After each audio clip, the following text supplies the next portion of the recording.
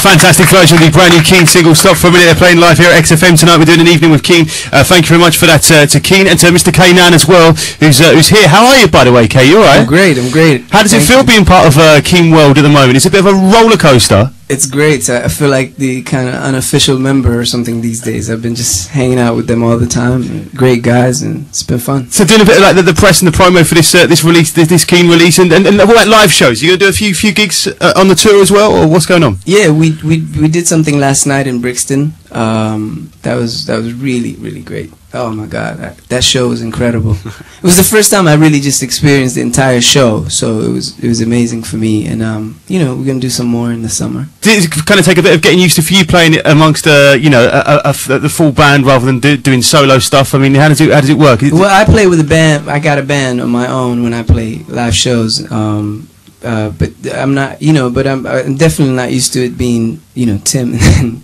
Richard and the guys. That's really cool because I was a fan way before we had worked together. So. And how did you guys, for all of you, how did you guys meet then? And how did this happen? How did this collaboration happen? We had this particular song that we just played and a song called Looking Back.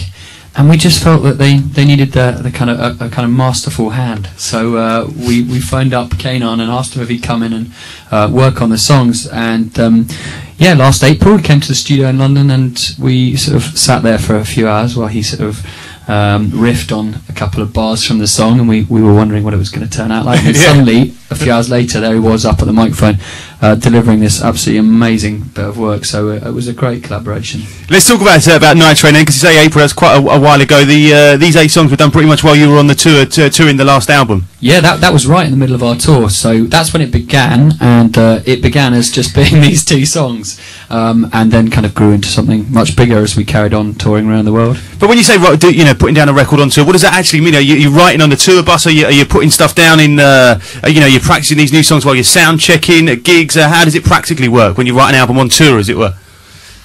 Well, it's pretty chaotic. I can imagine. I guess we had a few ideas kicking around, and I think that's part of the excitement of it, was that you'd only have like a day in the studio between gigs, and it would be in Copenhagen or Brisbane or somewhere amazing like that. So you just had to go in and you had to get it all done, and you had to think quickly and be creative. And I think that was why the whole EP has got this sort of looseness and energy to it that is feels like a bit of a step forward for us. How random were the places that you put these songs down? Was it literally just all around the world?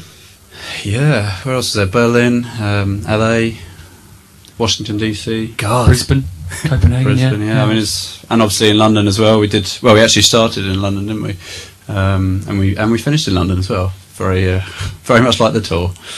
What's stuff in your record collection that we'd be surprised by? I mean, do you like your rap? I mean, what are you into that maybe we wouldn't expect Keane to be into as outsiders? Probably also.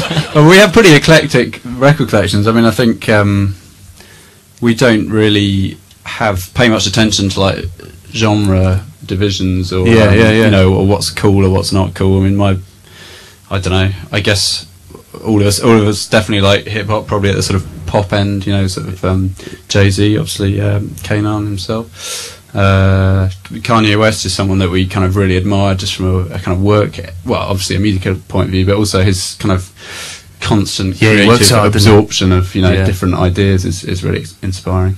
And so this album, do we see this as kind of a record to kind of keep the fans happy in between full studio albums, or is it going to be like 2 years before the next record? Do you know what I mean? Is this a kind of a... Well, we hope it keeps people happy. I think we're intending to get into the studio later this year, and there are already quite a few really great songs knocking around. And I think there's a really good spirit, in the band, and we're excited about being creative and getting new stuff out there. And the success of this EP so far has kind of, really buoyed us along. So we hope to have something next year for you. Yeah, it's going to be another number one. This would be fourth number one in a row, wouldn't it? Well, it would be. Yeah, we've got our fingers crossed. You never know. All right, let's do another song. What are you going to play for us next? I don't know, actually. Spiralling. What should we do? Spiralling. We're going to do Spiralling. Guitar. We're going to do Spiralling, everybody. All right, here we go.